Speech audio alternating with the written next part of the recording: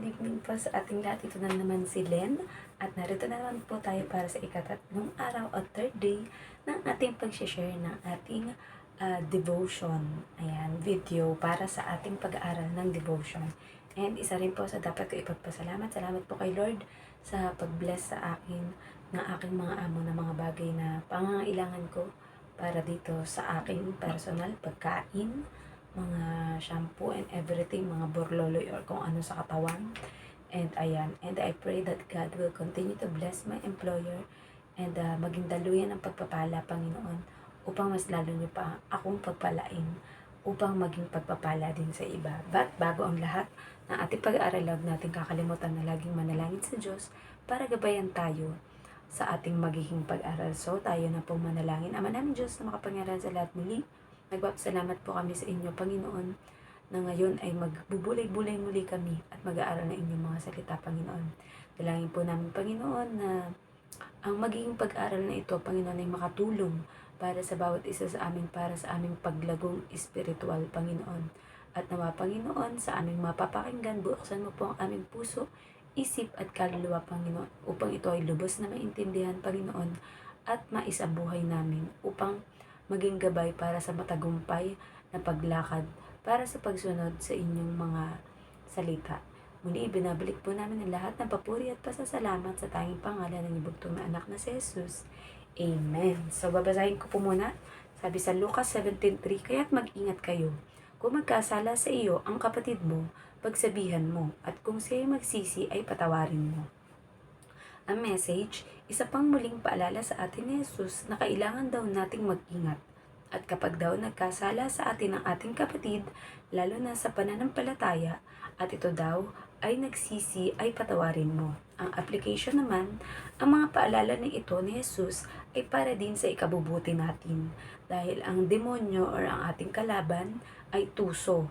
Palagi siyang may gagamitin para subuking agawin ang magandang relasyon natin sa Diyos at sa ating kapwa. Kaya tayo mga tunay na tumanggap na kay Jesus at namumuhay sa atin ang banal na espiritu ay mayroong maawaing puso, mapagmahal, mapagpatawad sa mga nagkakasala sa atin. Dahil ang taong nakikinig sa pagsasabi natin sa Kanya ng tama, kung may nakikitang mali sa kanyang kilos, pananalita o gawa, ay nagpapatama or nagpapakorek. Lalo na sa nakasaad sa salita ng Diyos, unti-unti ay matuturuan din natin sila na magaya ang katangian ni Jesus. Ayan, so dahil nga po nasa New Covenant na tayo, tayo ay minimithi natin na tayo ay maging kagaya ng ating Panginoong Jesus, dahil si Jesus ang ating Panginoon at tagapagligtas. May iba natatakot siguro sila na sabi, para mahirap namang magaya si Jesus kasi nga, syempre si Jesus ay galing sa Diyos at banal talaga, walang pagkakasala. Pero sabi nga, hinubad ni Jesus ang kanyang pagiging Diyos, bumaba dito sa mundo upang maranasan ko ano mga nararanasan natin bilang mga tao. Ayan, diba, kung tutuusin, siya ang anak na may-ari ng lahat. Kumbaga sa kanya ang lahat ng otoridad at kasama siya ng likhain ang mundo. Subalit, nakisalamuha siya sa mga ordinaryong tao katulad ng mga nabasa natin na kanyang mga alagad, mga taong pinagaling niya at pinalaya sa mga masasamang espiritu.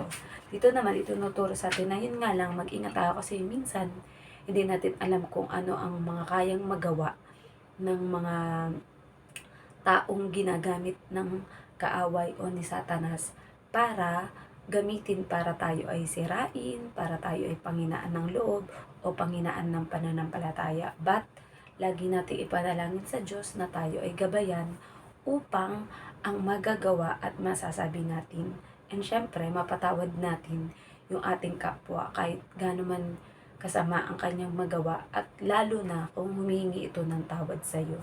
Dahil pinatawad tayo ng Diyos kahit hindi tayo karapat-dapat sa dami ng kasalanan natin, tinubos yan lahat ng ating Panginoong Yesus. So hindi siya nagdalawang isip dahil isa siyang masunuring anak. So tayo din bilang nagkaroon ng karapatan na maging anak ng Diyos dahil sa ginawa ng ating Panginoong Yesus. Dahil sabi nga sa Bible na si Jesus lamang ang the way, the truth, and the life. At hindi tayo makakaparoon sa Panginoong Diyos kung hindi sa pamamagitan ng kanyang anak na si Jesus.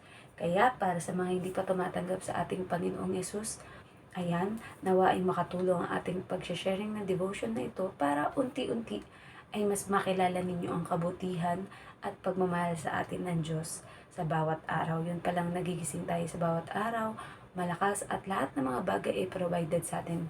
Hinga, ang ating nakikita ng ating mga senses, at may trabaho tayo or may pinagkakakitaan, kahit may mga pinagdadaanan man ng mga problema, pero alam natin na mapagtatagumpayan natin yan dahil kasama natin ang Diyos na siyang gumagabay at nag-iingat sa atin.